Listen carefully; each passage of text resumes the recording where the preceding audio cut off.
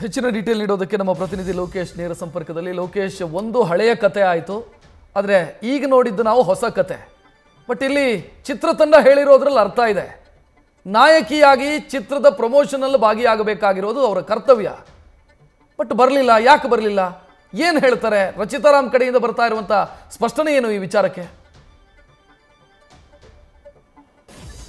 S, ಖಂಡಿತ ರಕ್ಷತ್. ಏನಂದರೆ ನಿನ್ನೆ ಏನು ಸಂಜಯ್ ವೆಡ್ಸ್ ಗೀತಾ 2 ಸಿನಿಮಾದ ಒಂದು ಮರು ಬಿಡುಗಡೆ ಸಂದರ್ಭದಲ್ಲಿ ರಚಿತಾರಾಮ್ ಅವರು ಯಾವ ರೀತಿಯ ಸಾಥನ್ನು ಕೊಟ್ಟಿಲ್ಲ ಅಂತ ಏನು ಫಿಲ್ಮ್ ಚೇಂಬರ್ಗೆ ಒಂದು ಕಂಪ್ಲೇಂಟನ್ನು ಕೊಡ್ತಾರೆ. ಅದಾದ ನಂತರದಲ್ಲಿ ಇವತ್ತಿನ ಏನು ಬೆಳವಣಿಗೆ ಇದೆ, ಅಂದರೆ ಇದು 8 ವರ್ಷದ ಹಳೆ ಕಥೆ ಆದರೂ ಕೂಡ ಇವತ್ತಿನ ಏನು ಸಂದರ್ಭದಲ್ಲಿ ಒಂದಷ್ಟು ಬೆಳವಣಿಗೆ ಆಯಿತು. ವಿಚಾರವಾಗಿ ನಾವು ಕೂಡ ಸಂಪರ್ಕ ಮಾಡಿದ್ವಿ.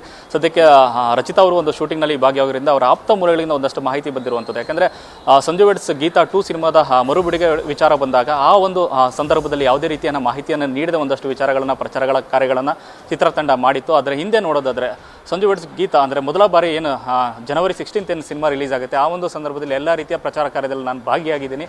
ಆ ನಂತರದಲ್ಲಿ ಏನು ಮರು ಬಿಡುಗಡೆ ಅಂತ ಬಂದಾಗ ನನ್ನ ಡೇಟ್ಸ್ ಇರಲಿಲ್ಲ. ಒಂದಷ್ಟು ಶೂಟಿಂಗ್ಗಳಿಗೆ ನಾನು ಆ ಡೇಟ್ಸನ್ನು ಕೊಟ್ಟಿದ್ದ ಕಾರಣದಿಂದ ಆ ಒಂದು ಪ್ರಚಾರದಲ್ಲಿ ನಾನು ಭಾಗಿಯಾಗಿಲ್ಲ ಅಂತ ತಿಳಿಸ್ತಾರೆ. ಆ ನಂತರದಲ್ಲಿ ಇವತ್ತಿನ ಒಂದು ಬೆಳವಣಿಗೆ ಬಗ್ಗೆ ಮಾತನಾಡೋದಾದರೆ 8 ವರ್ಷದ ಹಿಂದೆ ನಡೀಬೇಕಾದಂಥ ಒಂದು ಶೂಟಿಂಗ್ ಏನಿತ್ತು, ಉಪ್ಪಿ ರೂಪಿ ಅನ್ನೋ ಒಂದು ಸಿನಿಮಾದ ಶೂಟಿಂಗ್ ಸಂದರ್ಭದಲ್ಲಿ ಒಂದಷ್ಟು ಅಡೆತಡೆಗಳಾಗಿತ್ತು. ಒಂದು ಸಂದರ್ಭದಲ್ಲಿ ಬ್ಯಾಂಕಾಕ್ ಅನ್ನೋ ಶೂಟಿಂಗ್ ಆದಾಗ ಆ ಒಂದು ಸಂದರ್ಭದಲ್ಲಿ ಏಕಾಏಕಿ ನಿರ್ಮಾಪಕರಿಗೂ ಮತ್ತು ಒಂದಷ್ಟು ವಿಚಾರದಲ್ಲಿ ಒಂದು ಗೊಂದಲಗಳಾಗಿದೆ. ಆ ಒಂದು ಸಂದರ್ಭದಲ್ಲಿ ಶೂಟಿಂಗಿಂದ ಹೊರಬಂದಿದ್ದಾರೆ ಅನ್ನೋ ಮಾಹಿತಿ. ಬಟ್ ಅದು ಒಳಗಡೆ ವಿಚಾರ ಏನಿದೆ ಅಂತ ವಿಜಯಲಕ್ಷ್ಮಿ ಅವರು ಕೂಡ ಯಾರು ನೇರವಾಗಿ ಹೇಳಿಲ್ಲ. ಯಾಕಂದರೆ ಅವರನ್ನು ಕೂಡ ಸಂಪರ್ಕ ಮಾಡಿದಂಥ ಸಂದರ್ಭದಲ್ಲಿ ರಚಿತಾ ಅವ್ರ ಕಡೆಯಿಂದ ಇಂಥ ತಪ್ಪಾಗಿದೆ ಅಂತ ಎಲ್ಲೂ ಹೇಳಿಲ್ಲ. ಅದನ್ನು ಹೊರತುಪಡಿಸಿ ಅಡ್ವಾನ್ಸ್ ಒಂದು ವಿಚಾರವಾಗಿ ಮಾತನಾಡಿದ್ದಾರೆ.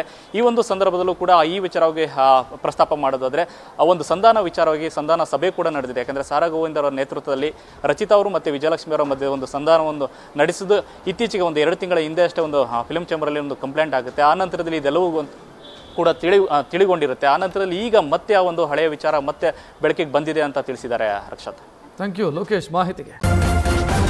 ನ್ಯೂಸ್ ಫಸ್ಟ್, ನಿರ್ಭೀತಿಯಿಂದ ನಿಮ್ಮ ಪರವಾಗಿ.